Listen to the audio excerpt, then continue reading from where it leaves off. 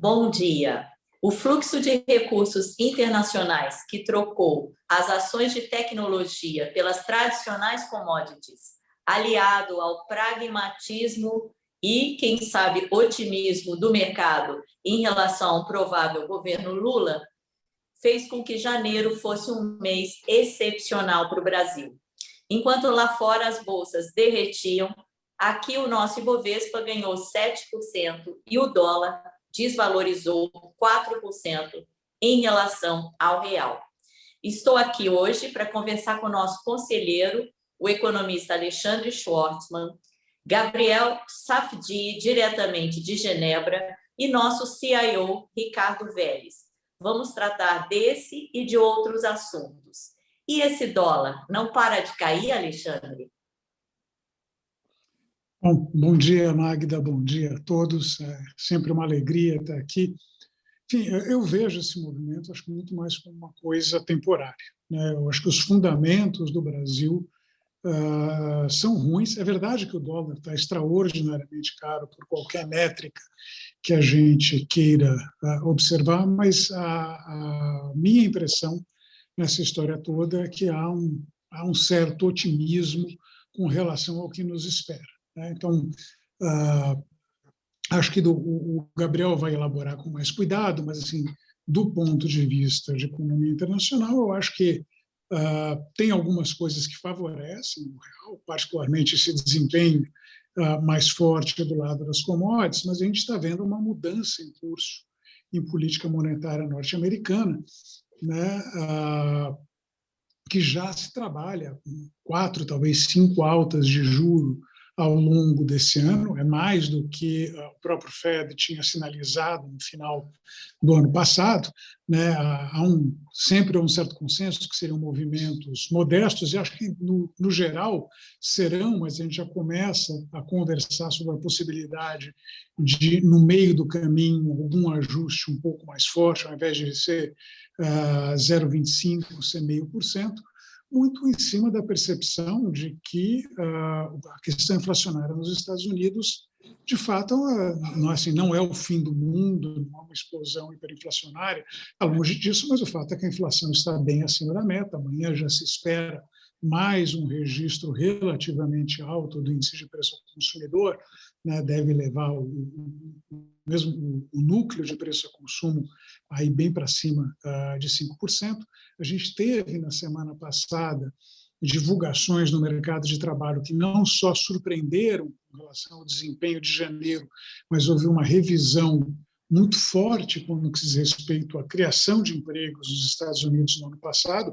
A gente descobriu que haviam sido criados um pouco mais de 200 mil empregos do que antes se imaginava. Então, fora a surpresa propriamente dita de janeiro, a gente começa a entender que a questão inflacionária nos Estados Unidos não é simplesmente um problema de cadeias, de consumo, uma coisa que vai se resolver naturalmente, vai precisar de uma certa dose de aperto monetário lá, e eu acho que isso daí é um dos fatores que acaba pressionando o dólar para cima.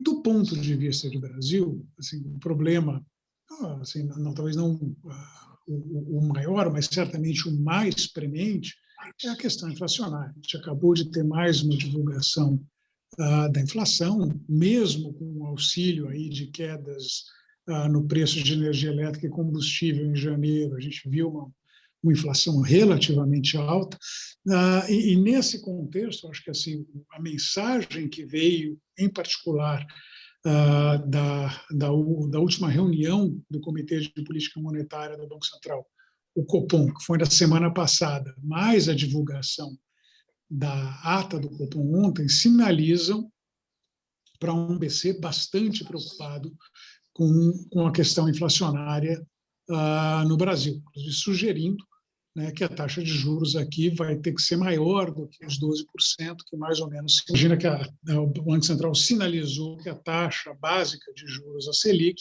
teria que ir além dos 12% que se imaginava seria a posição final ao término do ciclo de aperto monetário. Eu estou imaginando que uma Selic na casa de 12,5%, talvez até 12,75%. né? Esse contexto aponta para uma economia que deve se enfraquecer ao longo do ano, né?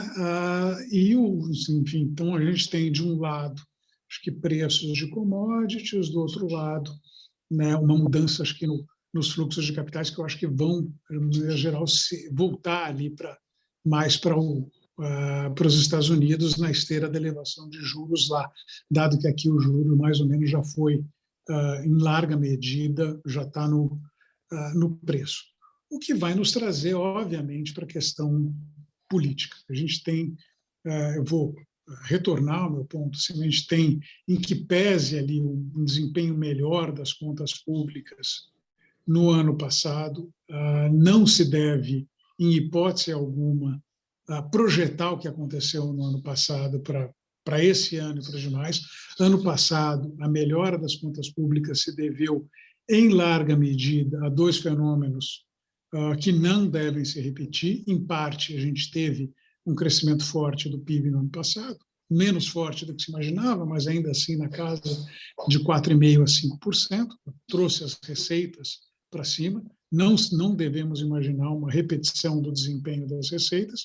E, pelo lado de uma inflação altíssima no ano passado, mais de 10%, esse ano deve ser por torno da metade, um pouco mais da metade do que foi registrado no ano passado, mas esse efeito que ajudou a reduzir muito as despesas em termos reais não se repete esse ano. A gente tem, pelo contrário, ali todas as indicações de que a gente volta a ter uma piora de conta pública, e não é nenhuma surpresa, porque a grande verdade é que, estruturalmente falando, o país tem desequilíbrios do lado das despesas que ele não consegue resolver, pelo menos não em condições normais de temperatura e pressão.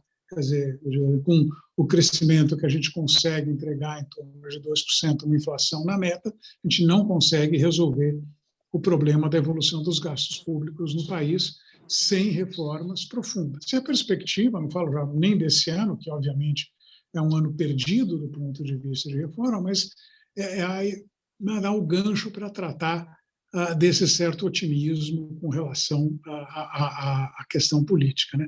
A grande verdade é que o governo atual é tão ruim que qualquer coisa em comparação a ele começa a soar melhor, né? Até mesmo o que parece ser o caso mais provável, né, que é um retorno do ex-presidente Lula ao governo e que ele faria aquilo que o Bolsonaro não conseguiu fazer. Eu acho que é otimista em pelo menos duas dimensões, né? Tem uma dimensão que eu acho que é mais objetiva, né? As pessoas lembram do desempenho do Lula em 2003, 2004, 2005, foi a época que eu estava no governo, eu era diretor do Banco Central, né? Mas a grande verdade é que, de 2002 para 2003, o Lula essencialmente herdou uma casa arrumada. Por mais que a inflação tivesse pontualmente alta, naquele momento ela foi até mais alta do que a gente tem hoje, né? Ela era muito ligada a uma percepção de que, enfim, os caras iam meter os pés pelas mãos. Bastou não meter os pés pelas mãos e a coisa mais ou menos caiu no lugar. Não tinha esse mesmo desequilíbrio que a gente tem hoje. Então, do ponto de vista objetivo, era uma casa em que basicamente, o esforço que tinha era não desarrumar.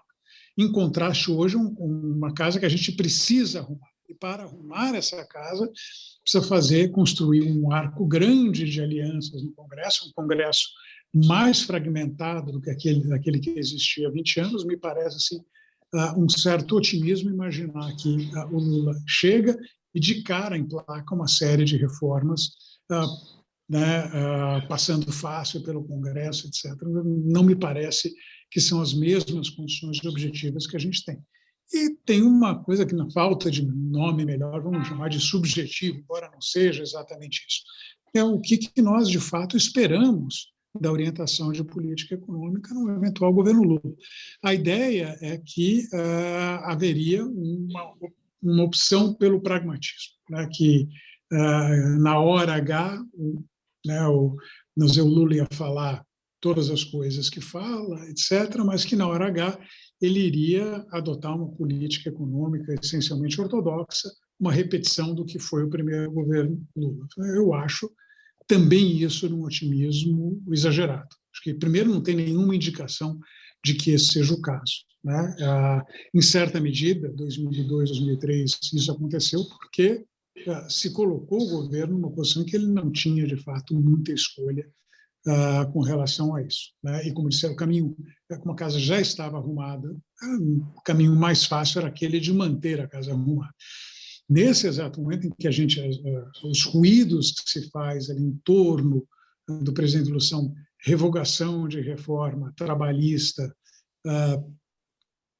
revogação de alguns pontos de reforma previdenciária, revogação do teto de gastos, né? A gente tem ali a equipe, vamos dizer, pelo menos nomes importantes do que seria uma equipe econômica do governo Lula sinalizando já em 2023 um aumento de gasto público, né? Na esteira do que vem acontecendo ao longo desses anos todos no Brasil, para lá na frente tentar resolver isso, mas sem o teto de gastos, com alguma coisa que seja ainda mais suave do que o teto de gastos, que, vamos também falar a verdade, fez um ajuste minúsculo nas contas públicas nesses últimos anos. Me parece assim difícil imaginar que as intenções sejam realmente no sentido de adotar uma política econômica marcada pela austeridade fiscal,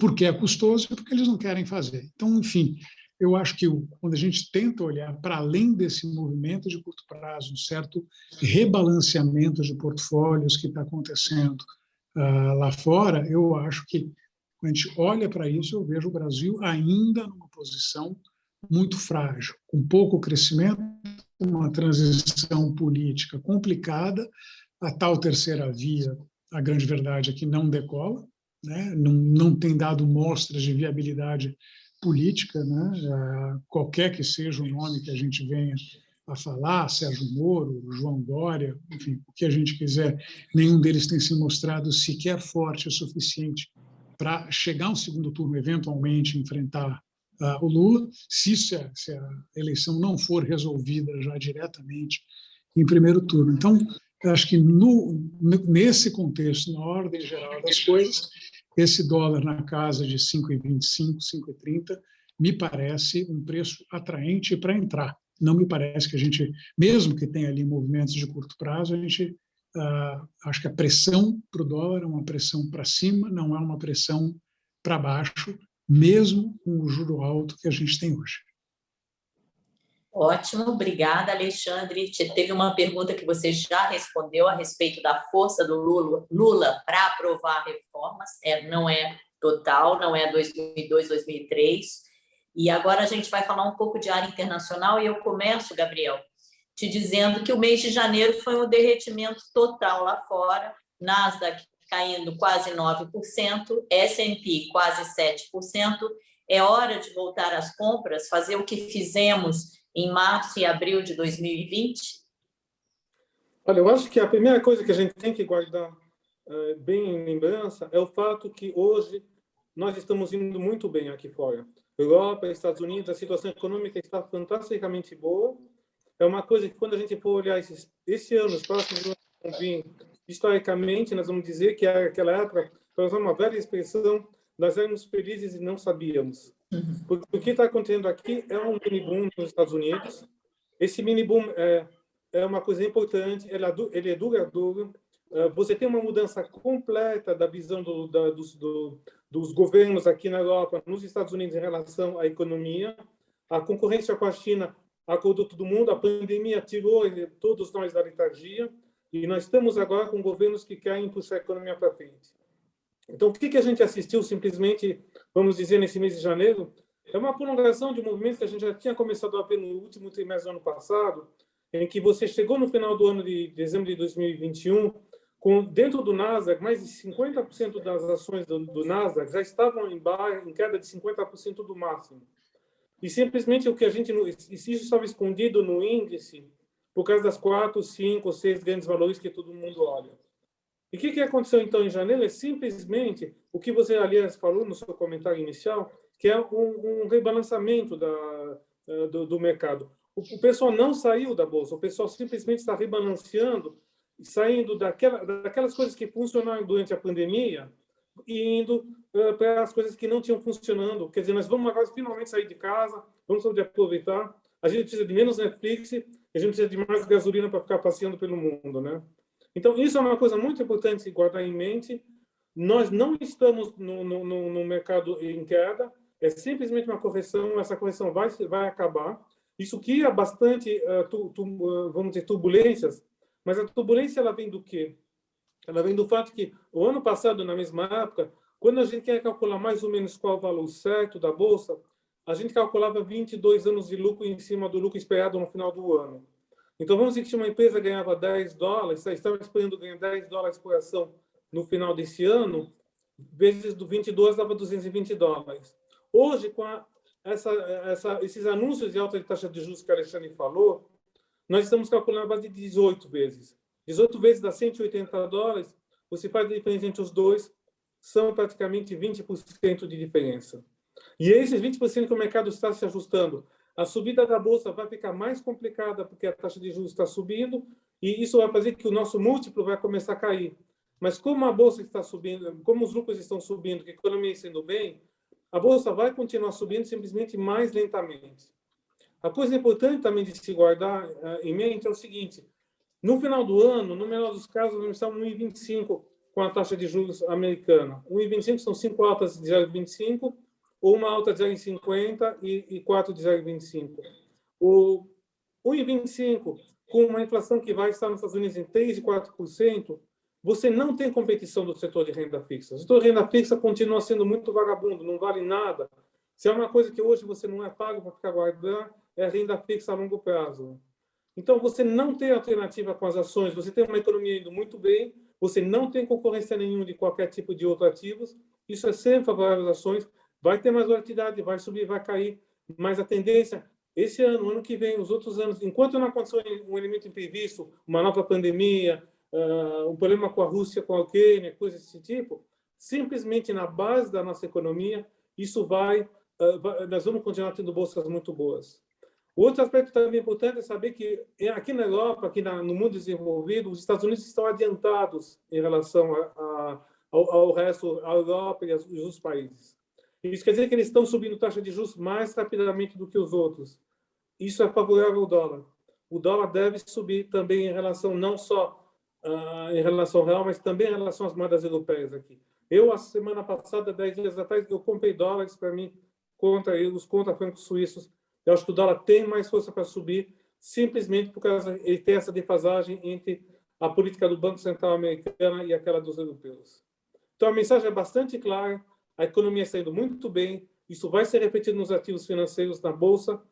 Fique em Bolsa, cuidado com as obrigações, renda fixa hoje não é interessante. Obrigada, Gabriel. Quem conhece a nossa estratégia sabe que nós já começamos esse rebalanceamento, trocando tecnologia por valor desde novembro do ano passado e continuamos fazendo, sempre dentro da estratégia de navegar com coletes salva-vidas, que são as notas que têm barreira de proteção. Agora eu vou passar a bola para o nosso CIO, o Ricardo Vélez, que queria dizer para vocês que a Portugal ela é mais que investimentos. Nós somos alocadores e somos um multifamily office. E o Ricardo ele tem feito uma pergunta muito inteligente aos fundos multimercados que compõem o nosso Portugal Coimbra. E eu quero que ele comece dizendo que pergunta é essa que nós temos feito a esses gestores. Ricardo. Perfeito, bom dia a todos. Bom, a pergunta, Magda, que eu tenho feito aos gestores foi como, num cenário de 12,5% de Selic, como que os fundos, como que os alocadores vão montar estratégia para bater o CDI esse ano? E a resposta tem sido bastante voltada para a compra de inflação, com um cupom alto. Então, muitos deles mirando aí um cupom acima de 6% mais inflação. E também por conta do CDI+. Então, seguindo a estratégia aí de ter um ganho acima do CDI, mesmo que em cenário de alta de juros tão agressiva, os títulos voltados para CDI+, tem sido a melhor estratégia e tem sido essa alocação. Grande parte deles montaram estratégias em cima da Bolsa Americana depois de janeiro, aproveitando aí uma queda bem forte de realização em janeiro, que foi até saudável para o mercado. E para a nossa posição, a gente incluiu dividendos e mercado financeiro, essas duas categorias de ações, para compor a carteira do nosso cliente. Obrigada, Ricardo. Então é isso, vamos lá, vamos usufruir do almoço de graça no Brasil e como alocadores selecionando muito bem os créditos, os riscos, os emissores, procurando, garimpando diariamente as melhores oportunidades e lá fora irmos às compras lembrando de que é ano de valor, é ano daquelas empresas tradicionais pagadoras de dividendos que se você olhar o que o S&P paga de dividendos, em média, as maiores pagadoras, dá 5% ao ano. É bem superior aos juros americanos, que devem chegar aí a 1,25% no final do ano. Então, fica aqui a lição. A Alexandre Schwartzman, resumindo tudo o que disse, dólar a 5,30 pode ser dólar barato, dólar bom para comprar. Lá fora é hora de ir às compras, trocando tecnologia por valor.